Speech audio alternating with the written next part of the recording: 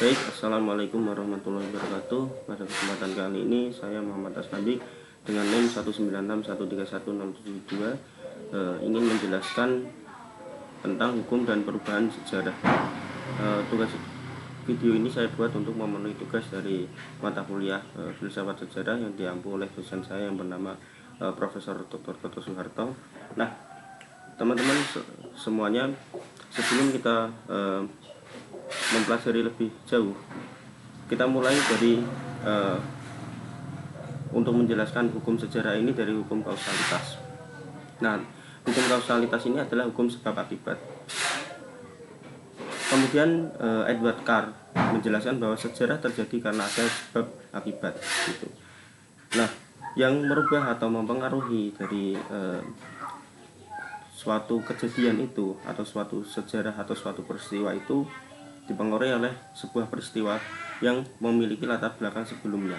Latar belakang itu bisa dipengaruhi oleh faktor agama, teknologi, kemudian ada militer, ada politik, ada tokoh yang menggerakkan gitu. Terus kemudian ada masalah ekonomi dan juga secara geografis itu terjadi, misalkan terjadi bencana alam atau perubahan alam gitu. Nah, terus kemudian kekuatan pengubah sejarah itu ya, itu menurut dari Carl G. Gustafsson, dia menjelaskan bahwa kekuatan yang dapat mengubah sejarah itu ada ekonomi, kemudian ada ideologi, ada militer, ada agama, ada teknologi, ada institusi atau politik itu. Nah, kemudian yang selanjutnya ya teman-teman, menurut Kunto Wijoyo, dia menambahkan bahwa kekuatan pengubah sejarah itu ada individu yang saya sebutkan tadi sebagai tokoh itu, kemudian ada seks gitu, ada umur, ada golongan, ada etnis dan ras gitu, terus kemudian ada mitos dan juga budaya. Itu kalau menurut Kunto Wijoyo. Nah, kemudian yang selanjutnya kalau menurut Ibnu Khaldun, kondisi-kondisi kekuatan pengubah sejarah itu ada kondisi alam, terus kemudian ada ekonomi, ada agama, terus kemudian ada asobiah atau fanatisme Buddha gitu. Terus kemudian yang selanjutnya kekuatan pengubah sejarah itu juga dapat disebabkan itu ya, seperti yang tadi saya jelaskan, itu bisa dikarenakan masalah lain seperti kondisi alam gitu. Jadi ketika kondisi alam itu misalkan terjadi suatu bencana, maka suatu perubahan itu bisa terjadi gitu, yang menentukan kisah dari suatu sejarah. Nah, saya akan coba masuk kepada penjelasan yang lebih lanjut, bisa dilihat dari PPT ini. Jadi hukum sejarah itu adalah segala sesuatu yang terjadi dalam alam manusia yang yang memiliki sifat beraturan. Sifat-sifat ini tak dapat dielakkan, disebut hukum sejarah gitu. Nah, kemudian Rainier dia menjelaskan bahwa meskipun memiliki keteraturan, hukum sejarah berbeda dengan hukum alam. Nah, ilmu alam dapat dan harus meramalkan, sedangkan ilmu sejarah tidak dapat meramalkan. Kemudian Kunto Wijoyo dia menjelaskan bahwa tugas pokok sejarawan adalah merekonstruksi masa lampau, bukan meramalkan masa depan.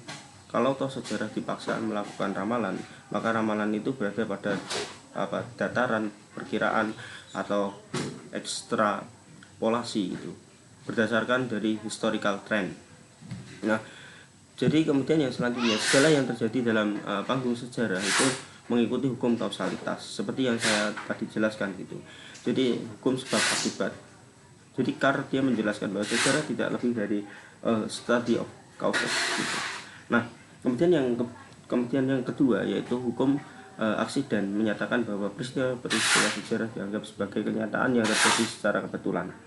Nah, kemudian yang selanjutnya yang ketiga, perubahan bagi sejarah merupakan hukum yang dianggap sebagai sesuatu keharusan atau necessity gitu.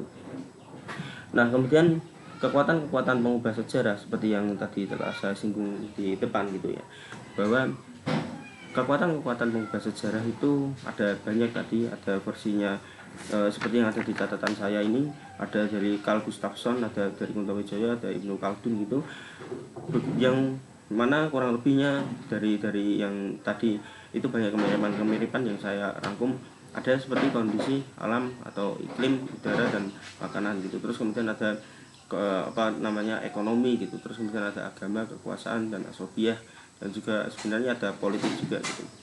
Tapi belum kita temukan di sini. Nah, kemudian yang selanjutnya, kekuatan-kekuatan ini berjalan tidak sendiri-sendiri, tapi ketiganya saling mempengaruhi. Satu kekuatan tidak mungkin mengendalikan perjalanan sejarah.